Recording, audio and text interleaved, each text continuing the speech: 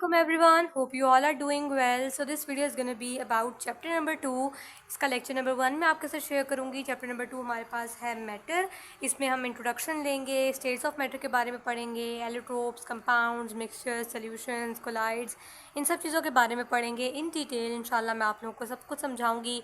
So stay tuned with me और आप लोगों ने पूरी वीडियो को साथ साथ देखना है. इसके 2 पार्ट्स में आपके साथ लेक्चर शेयर करूँगी एंड इसके बारे में इसकी एक्सरसाइज भी आप लोगों के साथ शेयर करेंगे.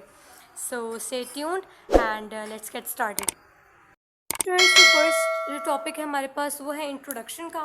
तो हम इसमें पढ़ेंगे कि मैटर बेसिकली है क्या. तो मैं आपको एक ब्रीफ सा आइडिया दे देती हूँ. मैं पूरा पैराग्राफ रीड करने के बजाय आपको छोटी सी बात बता देती हूँ कि मैटर होता क्या है. ठीक है, मैटर सबसे पहले anything that occupies space and has a mass is called as matter. किसी भी चीज़ का जो कोई जो भी चीज़ जो कि जिसका कोई मास हो, जो कोई वेट रखती हो और जो कोई स्पेस घेरती हो, जिस जगह पे पड़ी हुई फील हो आपको, वो क्या होती है, मैटर होगा. ठीक है, बहुत टाइप्स हैं, बहुत सारी स्टेट्स हैं मैटर की. ठीक है, हम वो भी पढ़ेंगे. मैटर की बहुत सारी टाइप्स हैं, बहुत सारी फॉर्म्स हैं, हम इनके बारे में भी पढ़ेंगे. लेकिन मैटर बेसिकली ये है कि anything that has mass and occupies a space. ठीक है, वो क्या है, मैटर है. ठीक है, अब हम इंट्रोडक्शन इसका लेते हैं. सबसे पहले आप लोगों को मैंने पहले भी बताया है कि केमिस्ट्री क्या है, स्टडी ऑफ द वर्ल्ड. अब वर्ल्ड में क्या है, 2 चीज़ें हैं, मैटर है या एनर्जी है. अगर आप गौर करें इस वर्ल्ड पे, दुनिया पे, यूनिवर्स में, तो क्या है कि या मैटर है या एनर्जी. 2 चीज़ों से बनी हुई है दुनिया. हर जगह पे देख लें, आपके इर्द गिर्द जो कुछ है या मैटर है या एनर्जी है. ठीक है, साउंड है तो वो एक एनर्जी है, और अगर हॉर्न है तो वो मैटर है. कोई भी चीज़ है, ये 2 ही चीज़ों पे बेस करती है. एक है हमारे पास मैटर और एक है हमारे पास एनर्जी. एनर्जी भी हम फिज़िक्स में बहुत ज़्यादा पढ़ते हैं उसके बारे में, लेकिन यहाँ पे मैटर की बात हो रही है तो study of matter he chemistry है. हम स्टडी ऑफ यूनिवर्स करते हैं ना, तो यूनिवर्स में क्या प्रेजेंट है, मैटर और एनर्जी, तो इनकी स्टडी भी केमिस्ट्री में शामिल है. तो स्टडी ऑफ मैटर जो है वो केमिस्ट्री जो है उसके इर्द गिर्द रिवॉल्व करती है, और हम इसके बारे में पढ़ेंगे इसमें कि मैटर क्या है. ठीक है, मैटर क्या हो सकता है, हमारे पास एयर हो सकती है, एयर भी हमारे पास जो है वो एक मैस रखती है. वाटर हो सकता है, स्पेस ऑक्यूपाई करता है. रॉक्स हो सकते हैं, पीपल जो है वो भी मैटर एग्जांपल्स, मैटर के एग्जांपल है. ठीक है, कुछ भी हो सकता है. मैटर जो है वो एक बेसिक मैटर का जो यूनिट होता है ना, बेस यूनिट, वो होता है एटम. मैटर बहुत सारे एटम्स से मिलकर बना होता है. तो बेस यूनिट मैटर का क्या है, एटम. ये आप लोगों ने याद रखना है कि बेस यूनिट जो है वो मैटर का एटम है. ठीक है, atom is the building block of all matter. ये एक बिल्डिंग ब्लॉक है तमाम मैटर्स का. ठीक है, जैसे अगर एक बिल्डिंग बनती है तो उसका एक सबसे छोटा यूनिट होता है, ईंट होती है या ब्लॉक होता है या पत्थर होता है.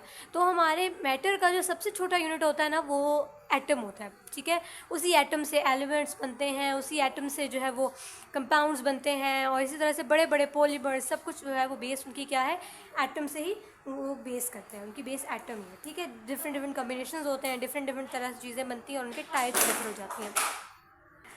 अच्छा, अब सवाल ये राइज होता है कि यहाँ पे हम एटम्स में मैटर को हम कह रहे हैं कि हवा जो है वो भी मैटर है, और जो है इंसान वो भी मैटर है. हालांकि इन दोनों में कोई भी चीज़ सिमिलर नहीं नज़र आ रही, ना ही इनका वेट, कोई भी चीज़ मतलब एक जैसी इनमें से कोई सिमिलरिटी फील नहीं हो रही. तो फिर ऐसा क्यों है कि इनको मैटर कहते हैं दोनों को. तो यहाँ पे जो है वो स्टेट्स ऑफ मैटर का फिर हम जिक्र करते हैं कि मैटर बहुत सारी स्टेट्स में एग्जिस्ट करता है. ठीक है, तो 4 स्टेट्स जो हैं वो तो नोन है, मेजरली नोन है, गैस, लिक्विड, सॉलिड. पहले 3 होती थी, फिर प्लाज्मा भी डिस्कवर हुई, और अब एक और भी स्टेट है जिसके बारे में हम आगे पढ़ेंगे, वो आइंस्टाइन कंडेंसेट, PEC. ठीक है, इसके बारे में भी हम पढ़ेंगे. लेकिन मेजरली 4 हैं जो कि जो बहुत ईजिली पाई जाती है हमारे अर्थ पे, वो ये 3 है, gas, liquid, solid. Solid, liquid, gas जिनको हम बोलते हैं. ठीक है, तो ये होती हैं, ये 4 स्टेट्स ऑफ मैटर हैं. 5वीं भी एग्जिस्ट करती है अब तो, लेकिन इनके बारे में हम पढ़ते हैं कि इनमें क्या क्या डिफरेंस है और क्यों ये इनको डिफरेंट स्टेट्स में डिवाइड किया गया. ठीक है स्टूडेंट्स, तो यहाँ पे आप लोग फर्स्ट पॉइंट देख सकते हैं कि each state is distinct form of matter. Her state जो है वो अलग फॉर्म है मैटर की. अब इसमें डिफ्रेंशिएट क्या करता है कि सॉलिड, लिक्विड, गैस और प्लाज्मा है, इनकी डिफरेंस किस चीज़ पे बेस करती है, arrangement and movement of particles. ठीक है, दूसरा strength of intermolecular atomic forces, कि वो किस तरह से उनमें फोर्सेस कितनी ज़्यादा हैं. गैसेस में फोर्सेस जो होती हैं वो कम होती हैं, लिक्विड में उससे थोड़ी ज़्यादा होती हैं, और सॉलिड में उससे थोड़ी ज़्यादा होती हैं. तो ये चीज़ होती है डिफरेंस में. इसके बाद है कि energy can change matter into different states, यानी कि एनर्जी उनको स्टेट्स में डिफरेंस कर सकती है। फॉर एग्जांपल मैं आपको एग्जांपल देती हूँ कि लिक्विड जो होता है ना, जब लिक्विड को आप बॉईल करेंगे, उसके ऊपर एनर्जी डालेंगे, हीट एनर्जी डालेंगे, तो वो क्या किस में कन्वर्ट होना शुरू हो जाएगी, वो गैस में कन्वर्ट होना शुरू हो जाएगी, स्टीम में। तो स्टेट चेंज हो गई, लिक्विड से क्या स्टेट शुरू हो गई, गैस की। तो ये किस वजह से हुआ, चेंज इन एनर्जी, दोनों की एनर्जी में डिफरेंस है ना। तो जब आपने लिक्विड की एनर्जी चेंज की तो वो किस में कन्वर्ट हो गया, गैस में। उसने अपनी स्टेट ही चेंज कर ली। तो ये स्टेट ऑफ मैटर जो है वो एनर्जी की वजह से भी चेंज हो जाती है, ठीक है। इसी तरह वो कह रहे हैं कि बहुत ज़्यादा हाई टेम्परेचर होते हैं और स्ट्रॉन्ग इलेक्ट्रिक फील्ड डलती है, तो क्या होता है कि जो गैस होती है वो प्लाज्मा में ट्रांसफॉर्म हो जाती है। जब बहुत ज़्यादा हम इस पर हाई टेम्परेचर डालते हैं, लेकिन वो अर्थ पे पॉसिबल नहीं होता, इसीलिए अर्थ पे प्लाज्मा इतना जो है वो हम देख नहीं पाते और पाया नहीं जाता है। तो मतलब प्लाज्मा में होता है कि बहुत ज़्यादा हाई टेम्परेचर होता है, एटम्स जो होते हैं वो आयनाइज हो जाते हैं, टूट जाते हैं, ठीक है। और उससे क्या होता है कि वो प्लाज्मा में एक स्टेट क्रिएट हो जाती है, प्लाज्मा की स्टेट हो जाती है, ठीक है। तो इसमें ऐसा होता है, यानी कि वो ये बेसिक बताना चाह रहे हैं कि energy can change matter into different states, ठीक है। उसके बाद है when heated some crystalline solid turn into cloudy liquids, ठीक है। यानी कि क्या होता है कि जब कुछ कभी कभी ऐसा होता है कि जब बहुत ज़्यादा हम हीट करते हैं तो जो सॉलिड होता है वो क्लाउडी लिक्विड्स में कन्वर्ट हो जाते हैं, यानी कि वो ऐसे लिक्विड्स में ऐसे गैस में कि जो गैस और लिक्विड के बीच की स्टेट होती है उनको क्लाउडी लिक्विड्स बोलते हैं। तो इस स्टेट को हम जो है वो लिक्विड क्रिस्टल्स भी बोलते हैं, ठीक है। लिक्विड क्रिस्टल में कन्वर्ट हो जाती है, उसकी बहुत सारी प्रॉपर्टीज़ होती हैं। क्रिस्टल्स का एक बहुत ही वास्ट ये सब्जेक्ट है, क्रिस्टल्स, लिक्विड क्रिस्टल्स और क्रिस्टलाइन सॉलिड्स, इनके बारे में बहुत ज़्यादा पढ़ते हैं, इनके बहुत ज़्यादा यूजेस हैं इंडस्ट्रियल केमिस्ट्री में, तो आप इनके बारे में बहुत ज़्यादा पढ़ेंगे। लेकिन ये टेम्परेचर रेंजेस पे डिफर करते हैं, डिफरेंट टेम्परेचर रेंजेस पे डिफरेंट इनके स्टेट्स होते हैं। तो वो ये बता रहे हैं कि बहुत सारे ऐसे भी सॉलिड्स होते हैं जो कि बहुत ज़्यादा हीट किया जाए तो वो लिक्विड्स में कन्वर्ट हो जाते हैं, ठीक है। और वो उन लिक्विड्स को हम लिक्विड क्रिस्टल्स कहते हैं, ठीक हो गया। इसके बाद है कि एक और स्टेट जो है वो बोस आइंस्टाइन कंडेंसेट स्टेट्स है। ये मैं आपको बताती हूँ कि जब बहुत ज़्यादा हम एटम्स को मतलब किसी भी मैटर को बहुत ज़्यादा कूल डाउन करते हैं, बहुत ज़्यादा उसमें हम उसका टेम्परेचर को गिरा देते हैं, 0 डिग्री से भी नीचे ले जाते हैं, -273 केल्विन, यानी कि 0 डिग्री सेल्सियस पर जब इसको लेके जाते हैं तो क्या होता है कि इतनी एक्सट्रीम वेदर में क्या होता है, इस एक्सट्रीम कंडीशन में जो एटम्स होते हैं वो बहुत क्लोज हो जाते हैं, बहुत ज़्यादा क्लोज आ जाते हैं, इतना क्लोज कि वो एक एटम की तरह बिहेव करना शुरू कर देते हैं। उनकी प्रॉपर्टीज़ सारी कन्फाइंड होकर एक एटम की तरह आ जाती हैं। तो फिर उनके लिए उनकी एनर्जी को भी हम एक कंसिडर करते हैं, उनमें हम उसको एक एटम की तरह कंसिडर करते हैं, ठीक है। तो ऐसी स्टेट जो होती है उसको हम बोस आइंस्टाइन स्टेट भी बोलते हैं। अगर आपको बहुत ज़्यादा इसके बारे में डिटेल में चाहिए तो आप लोगों को अलग लेक्चर भी बना के दे दूँगी, लेकिन यहाँ पे आप लोगों को बस समझना ज़रूरी है कि बहुत ज़्यादा एक्सट्रीम कंडीशन में, कोल्ड कंडीशन में क्या होता है कि एक और स्टेट निकलती है जिसको हम बोस आइंस्टाइन स्टेट बोलते हैं, जिसमें तमाम एटम्स ऐसे कन्फाइंड होते हैं, ऐसे ज़्यादा बिल्कुल इकट्ठे हो जाते हैं कि वो बिल्कुल एक एटम की तरह बिहेव करना शुरू कर देते हैं। और प्लाज्मा क्या होता है, जब बहुत ज़्यादा हम इनको हीट करते हैं, बहुत ज़्यादा हीट एनर्जी डालते हैं तो वो प्लाज्मा में कन्वर्ट हो जाते हैं। दो बिल्कुल अपोजिट स्टेट्स हैं, ठीक है। तो आप लोग ये इस तरह से इनको डिफ्रेंशिएट भी कर सकते हैं। ओके स्टूडेंट्स, यहाँ पे आप लोग देख सकते हैं कि स्टेट ऑफ मैटर में यहाँ पे डेमोन्स्ट्रेशन दी हुई है सॉलिड की।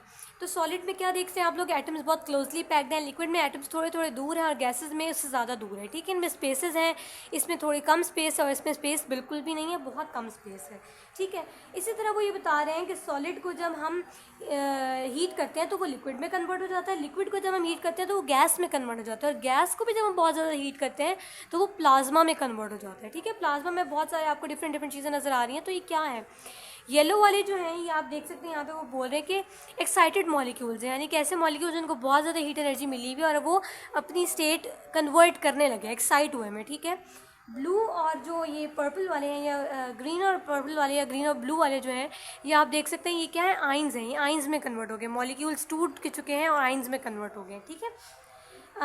फॉर एग्जांपल सोडियम क्लोराइड होता है, जब हम देखते हैं कि सोडियम क्लोराइड है यहाँ, तो सोडियम पॉजिटिव और क्लोरीन नेगेटिव जो बन जाता है अलग अलग हो जाते हैं, तो इनको ये आइंस बोलते हैं।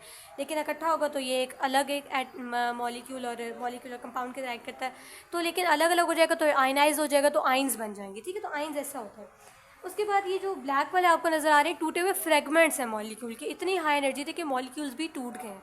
तो इसमें बहुत सारी ऐसी चीज़ें पाई जाती हैं, इसमें सिर्फ जो है ये एलिमेंट मॉलिक्यूल्स हैं, ये भी मॉलिक्यूल्स हैं, ये भी मॉलिक्यूल्स हैं, तो ये आपको बता रहे हैं, ठीक है। ये एक डेमोन्स्ट्रेशन है, बहुत अच्छी एग्जांपल है, स्टेट्स ऑफ मैटर को डेमोन्स्ट्रेट किया हुआ है बहुत अच्छे तरीके से, माइक्रोस्कोपिकल लेवल पे किया हुआ है, ठीक है। ओके, अब आगे दी हुई है properties of different states of matter के प्रॉपर्टीज़ क्या क्या है। देखिए मैटर की स्टेट्स डिफरेंट हुई, gas, liquid and solid. Gas की क्या दी हुई है, सबसे पहले डेंसिटी। डेंसिटी के बारे में तो आप लोगों ने पढ़ा होगा। डेंसिटी होती है कि कितने वॉल्यूम में कितना मैस है। मैं आप लोगों को डेंसिटी को भी विजुअल डेमोन्स्ट्रेशन आपको देती हूँ कि कैसे आप आइडेंटिफाई कर सकते हैं। अच्छा, डेंसिटी की देखें आप लोगों को मैंने समझाने के लिए बनाई है। अब ये देखें दो मैटर पड़े हुए, ठीक है। अब ये वाला मैटर और नॉन मैटर की वॉल्यूम बिल्कुल सेम है। आप लोग देखें इनका वॉल्यूम बिल्कुल सेम है, इनने इक्वल जगह घेरी हुई है, ठीक है। देखने में बिल्कुल दोनों एक जैसे लग रहे हैं। लेकिन क्या है कि यहाँ पे आप लोग देखें कि इसमें मैटर बहुत कम है, इसमें वेट बहुत कम है मैस, और इसमें मैस ज़्यादा है। तो ये डेंसिटी में फ़र्क पड़ता है। जितना वॉल्यूम में जिस वॉल्यूम में जितना मैस होगा ना, उतनी उसकी डेंसिटी ज़्यादा होगी, ठीक है। मैस पर वॉल्यूम के कितना मैस है उस वॉल्यूम में, वो डेंसिटी होती है। अब इसमें थोड़ा मैस है तो ये लो डेंसिटी होगी, इसमें ज़्यादा मैस है तो ये हाई डेंसिटी होगी, ठीक है। Hope you are clear about it. एक और चीज़, अगर आपको मैं एग्जांपल दूं कि अगर आप पानी में एक कील डाल दें, ठीक है, और एक लकड़ी का टुकड़ा डाल दें, तो कौन नीचे जाएगा, नीचे कौन बैठेगा, कील ऑब्वियसली नीचे चला जाएगा। जो लोहे का कील होगा, स्टील का कील होगा, वो नीचे बैठ जाएगा पानी में, और जो लकड़ी का जो टुकड़ा होगा, चाहे वो जितना भी बड़ा हो, जितना भी वॉल्यूम वाला हो, वो ऊपर ही रहेगा। क्यों? क्योंकि उसकी डेंसिटी कम है, उसमें मैस बहुत कम है as compare to its volume. Volume उसका ज़्यादा है लेकिन उसका मैस कम है। लेकिन स्टील में क्या है, वो छोटा ज़रूर है लेकिन उसमें पूरा मैस से पैक्ड है, डेंसिफाई हुआ है मैस से, ठीक है।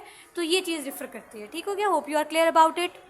अब यहाँ पे आप लोग देखें कि गैस में क्या होता है, गैस की लो डेंसिटी होती है, और नॉर्मल कंडीशन पे भी इसकी लो डेंसिटी होती है, क्योंकि उसमें लार्ज स्पेसेस होती हैं ना उनमें मैथ। अब आप यहाँ पे भी देखें कि इसमें देखें स्पेसेस कितनी ज़्यादा है, और स्पेसेस कितनी ज़्यादा है तो ये क्या है, इसकी मैस कम होगा तो डेंसिटी जो है वो ऑटोमेटिकली कम हो जाएगी, लो हो जाएगी। इसी तरह अब यहाँ पे देखें लिक्विड की हाई डेंसिटी होगी नॉर्मल कंडीशन पे भी, और ये इसकी भी हाई होगी। लेकिन इसमें सबसे ज़्यादा हाई किसकी होगी, सॉलिड की सबसे ज़्यादा हाई होगी, फिर उससे कम लिक्विड की होगी, सबसे कम गैस की डेंसिटी होगी, ठीक है। उसके बाद है कंप्रेसिबिलिटी के, कंप्रेस कितना किया जा सकता है। आप लोग देख सकते हैं गैस कंप्रेसर्स लगे होते हैं, और कंप्रेस्ड गैस होती हैं, और बहुत सारी चीज़ें हम पढ़ते हैं इस तरह की, सुनते हैं। तो कंप्रेसिबिलिटी होती है कि उसको कितना कंप्रेस किया जा सकता है, उसको कितना दबाया जा सकता है और पैक किया जा सकता है। तो जितनी स्पेस उसके अंदर होगी उतना ही ज़्यादा होगा, ठीक है। लिक्विड गैसेस पे बहुत ज़्यादा स्पेसेस पाई जाती हैं एटम्स के बीच में, तो इसको ज़्यादा कंप्रेस किया जा सकता है। लिक्विड्स में उससे कम, तो उसको उससे कम कंप्रेस किया जा सकता है। सॉलिड्स को बहुत ज़्यादा कम कंप्रेस किया जाता है क्योंकि उसमें ऑलरेडी स्पेसेस कम है। तो ये डिपेंड करता है कि कितनी स्पेस है, ठीक है, बीच में एटम्स के बीच में। तो ये बहुत ज़्यादा कंप्रेसिबल होते हैं, ये थोड़े कम मॉडरेट होते हैं, और ये बिल्कुल कंप्रेसिबल नहीं होते हैं लेकिन कम कंप्रेसिबल होते हैं। फ्लूडिटी यानी कि फ़्लो कितना कर सकते हैं। अब आप देख सकते हैं कि गैसेस जो है वो फ़्लो कर सकती हैं क्योंकि उनमें स्पेसेस होती हैं, ठीक है, उनमें वो इधर उधर घूम सकती हैं। लिक्विड कैन ऑल्सो फ्लो, आप लोग देख सकते हैं लिक्विड्स फ्लो करते हैं। Solids can not flow, solids बिल्कुल भी फ्लो नहीं कर सकते क्योंकि उनका डेंसिटी बहुत ज़्यादा होती है, तो वो फ्लो नहीं कर सकते, ठीक है। नीचे वाले पैराग्राफ में आपको ये बताना चाह रहे हैं कि जब आप पानी को बॉईल करते हैं, जो मैंने आपको पहले एग्जांपल दी थी, वो गैस में कन्वर्ट हो जाता है तो वो सॉलिड की, मतलब वो लिक्विड की जो है स्टेट चेंज हो गई है। तो वो इस बारे में बात करें कि एनर्जी अप्लाई करने से जो है फिजिकल स्टेट्स भी जो है वो चेंज हो जाती हैं। तो वो इस बारे में ये पैराग्राफ है, इसको हम स्किप करेंगे। ओके स्टूडेंट्स, नेक्स्ट टॉपिक हमारे पास जो है वो एलिमेंट्स, कंपाउंड्स और मिक्सचर का है कि एलिमेंट्स, कंपाउंड्स और मिक्सचर में क्या डिफरेंस है और क्या क्या चीज़ें होती हैं। तो अब मैटर्स को जो है ना हम लोग क्लासीफाई करते हैं प्योर सब्सटेंसेस और मिक्सचर में। प्योर सब्सटेंसेस वो है कि जो केमिकली प्योर है, इनमें हमने खुद से कोई अमेंडमेंट नहीं की होती है, ठीक है, खुद से हमने इनको नहीं बनाया होता, ये केमिकली बने हुए हैं। और मिक्सचर क्या होते हैं, जो नॉन प्योर होते हैं, यानी कि जिनको हम खुद बनाते हैं, ठीक है। मिक्सचर प्योर सब्सटेंस के दो टाइप्स हैं, एलिमेंट है, कंपाउंड है, और मिक्सचर के दो हैं जिनमें होमोजेनस है और हेट्रो है। होमो मीन्स सेम, ये आप लोगों ने याद रखना है, होमो means same and hetero means different, ठीक है। होमो means same and hetero means different. Homo means same होता है और हेट्रो मीन्स डिफरेंट होता है। हेट्रो में अब दो तरह के होते हैं, कोलाइड होते हैं और सस्पेंशन होते हैं। ये एक छोटा सा एक डिस्क्रिप्शन है, ब्रीफ सा आइडिया है। अब इनकी डेप्थ में जाते हैं, उनको पढ़ते हैं कि क्या है, ठीक है। तो सबसे पहले हम लोग देखते हैं कि सेम टाइप्स ऑफ जो एटम्स होते हैं ना, उनको हम कहते हैं एलिमेंट्स, ठीक है। Elements, an element consist of atoms that have same atomic number also known as proton number. आप लोगों ने देखा होगा एटॉमिक नंबर प्रोटॉन नंबर होता है। आप लोगों को आगे चैप्टर्स में जब इलेक्ट्रॉनिक कन्फिगरेशन पढ़ेंगे हम लोग इंशाल्लाह, तो आप प्रोटॉन नंबर के बारे में भी जानेंगे कि एटम में जो है वो न्यूक्लियस में प्रोटॉन्स प्रेजेंट होते हैं। तो जितने प्रोटॉन्स होते हैं उतने एटॉमिक नंबर होता है। जैसे कि ऑक्सीजन का एटॉमिक नंबर जब 8 है, यानी कि उसमें 8 इलेक्ट्रॉन्स प्रेजेंट है, 8 प्रोटॉन्स प्रेजेंट है। तो ये इसके बारे में होता है, ठीक है। अब ये वो बात करें कि जितने मतलब सेम तरह के एटम्स होते हैं ना जिस चीज़ में, तो वो एलिमेंट होता है। फॉर एग्जांपल मैं आपको बताती हूँ, हाइड्रोजन है, अगर हमारे पास हाइड्रोजन है तो हाइड्रोजन का एक एटम है H, मैं आपको एक बताती हूँ, रुके। ये देखिए आप लोगों को मैंने लिख के दिखाया है कि हाइड्रोजन जो है वो एक है, तो वो एटम है, ठीक है, और दो हाइड्रोजन मिल गए, सेम ही एलिमेंट्स हैं, सेम ही एटम्स है ना, मिल गए तो क्या बना लिया, एलिमेंट। क्लोरीन है, वो एक एटम है, एक है तो एटम है, सेम क्लोरीन दो अटैच हो गए तो वो क्या बन गए, एलिमेंट बन गए। शर्त ये है कि जो ये प्लस का साइन यानी कि जो मिक्स हो रहे हैं वो केमिकली मिक्स हो, यानी कि वो क्या करें, केमिकली मिक्स हो, यानी कि वो बॉन्ड बनाएं, ठीक है। ये आप लोगों ने बात याद रखी कि जब वो केमिकली मिक्स होंगे यानी कि बॉन्ड बनाएंगे तभी उनको एलिमेंट बोलेंगे, वरना वो मिक्सचर बन जाएंगे, इम्प्योर होंगे। अगर हम खुद से मिक्स करेंगे, बॉन्ड नहीं बन रहा होगा तो वो क्या होगा, वो फिर इम्प्योर होते हैं और वो प्योर नहीं होते। केमिकली जो मिक्स होते हैं ना, चाहे कोई भी बॉन्ड बनाए, कोवलेंट बनाए, आयनिक बनाए, ठीक है, तो जो भी बॉन्ड बनाए वो केमिकल बॉन्ड होना चाहिए और तब वो एलिमेंट होंगे, अदरवाइज़ वो और कैटेगरी में चले जाते हैं, ठीक है। तो आपको एलिमेंट्स के बारे में समझ आ गई होगी कि एलिमेंट्स में जो होता है ना वो एटॉमिक नंबर सेम होता है, दोनों जो भी दो चीज़ें मिलती हैं ना उनका एटॉमिक नंबर सेम होता है, ठीक है। तो simplest form of matter made up of the same types of matter, यानी कि एटम्स, यानी कि मैटर की सिंपलेस्ट टाइप है जिसमें सेम टाइप ऑफ एटम यानी कि जिन एटम्स का एटॉमिक नंबर सेम है वो कंबाइन होते हैं, ठीक है। अब हम बात करते हैं कि एलिमेंट्स की क्या टाइप्स हैं। H2 हो गया, एलिमेंट है, ठीक है। क्लोरीन गैस जब एलिमेंट है, बहुत सारे एलिमेंट्स होते हैं, ठीक है। अब इसके बाद ये है कि जब टू और मोर एलिमेंट्स दो या दो से ज़्यादा एलिमेंट्स कंबाइन करते हैं, एलिमेंट्स जब कंबाइन करें दो या दो से ज़्यादा, तो लेकिन वो केमिकली कंबाइन करें तो वो क्या बनाते हैं, कंपाउंड बनाते हैं। मैं आपको अब इसकी भी एग्जांपल देती हूँ। ये देखिए मैंने आपको एक ब्रीफ सा बना के दिखाया है कि देखिए दो हाइड्रोजन के जो एटम्स थे उन्होंने कंबाइन किया, केमिकली कंबाइन किया और हाइड्रोजन एलिमेंट बना लिया। इसी तरह ऑक्सीजन के दो एटम्स ने कंबाइन किया केमिकली और ये बना लिया एलिमेंट। ये क्या है, एटम्स की बात हो गई। यहाँ पे क्या बात है, ये एलिमेंट्स हो गए, ठीक है। अब इन्होंने क्या किया, दो हाइड्रोजन के एलिमेंट और एक ऑक्सीजन के एलिमेंट मिलके इन्होंने क्या बना लिया, H2O, वाटर बना लिया, जो कि क्या है, कंपाउंड है। तो समझ आ गया आप लोगों को कि क्या होता है कि जब एटम्स केमिकली कंबाइन करके एलिमेंट्स बनाते हैं और वही एलिमेंट्स कंबाइन करके दो डिफरेंट एलिमेंट्स, टू और मोर एलिमेंट्स जो वो कंबाइन करके क्या बनाते हैं, हमारे पास कंपाउंड बनाते हैं, ठीक है। अब आप लोगों की बात समझ आ गई होगी, ना समझ आया तो आप लोग दोबारा पीछे बैक करके वीडियो को देख सकते हैं कि दोबारा सुने, आपको समझ आएगा कि एटम्स जो है वो कंबाइन करके एलिमेंट बनाएंगे और एलिमेंट्स जो है वो कंबाइन करके कंपाउंड बनाएंगे, ठीक है। तो ये पूरे पैराग्राफ में यही बात लिखी हुई है जो मैंने आपको उधर बता दी है। अब इसके बाद ये है कि मिक्सचर क्या होता है, मिक्सचर फिजिकल कम्बिनेशन होता है। फॉर एग्जांपल जैसे हमने पानी में शुगर डाली है, शुगर क्या है, ग्लूकोज है C6H12O6, और वाटर क्या है H2O प्लस C6H12O6, वो क्या वो भी कंबाइन हो रहे हैं लेकिन केमिकली नहीं हो रहे, फिजिकली कंबाइन हो रहे हैं, तो क्या हो गया, मिक्सचर हो गए, ठीक है। मिक्सचर ऐसे सब्सटेंस होते हैं जो कि फॉर्म होता है टू और मोर फिजिकली कंबाइन होते हैं ना सब्सटेंसेस, ठीक है, तो वो क्या होगा, मिक्सचर होगा, ठीक है। इसी तरह जैसे चाय बनती है, वो एग्जांपल है मिक्सचर की, जिसमें दूध डलेगा, पानी डलेगा, टी लीव्स डलेंगे, शुगर डलेंगे, लेकिन वो क्या होंगे, सबकी केमिकल कंपोजिशन डिफरेंट होगी, लेकिन वो क्या करेंगे, फिजिकली कंबाइन करेंगे, केमिकली बॉन्ड नहीं बनाएंगे, तो वो क्या बनेगा, मिक्सचर बन जाएगा, ठीक है। अब हम आते हैं एलोट्रोप्स की तरफ कि एलोट्रोप्स क्या होते हैं। The property of an element to exist in different physical forms is called as allotropy, कि जो एलिमेंट की प्रॉपर्टी होती है कि वो डिफरेंट फॉर्म्स में एग्जिस्ट कर सके, उसको हम एलोट्रोपी बोलते हैं, ठीक है। ये एक डेफिनेशन है। अब डिफरेंट फिजिकल स्टेट्स में एग्जिस्ट करता है कोई भी एलिमेंट, तो वो एलोट्रोप्स होंगे उसके डिफरेंट, ठीक है। ये प्रॉपर्टी जो होती है उसको हम एलोट्रोपी बोलते हैं, और वो जो डिफरेंट फॉर्म्स होती हैं हम उनको एलोट्रोप्स बोलते हैं, ठीक है। एलिमेंट्स की डिफरेंशिएट किस तरह से होता है कि उसमें नंबर ऑफ एलिमेंट्स और एलिमेंट्स की अरेंजमेंट, ठीक है, किस तरह से different atoms of the same elements arrange in different manners in the same physical state is called as allotropes. Different manners में अरेंज हुए होते हैं जिसको हम बोलते हैं एलोट्रोप्स, ठीक है। फॉर एग्जांपल कार्बन के एलोट्रोप्स के बारे में अगर हम बात करें, कार्बन के भी 3 एलोट्रोप्स होते हैं। 3 एलोट्रोप्स कौन कौन से हैं, डायमंड है, ग्रेफाइट है, बकी बॉल्स हैं।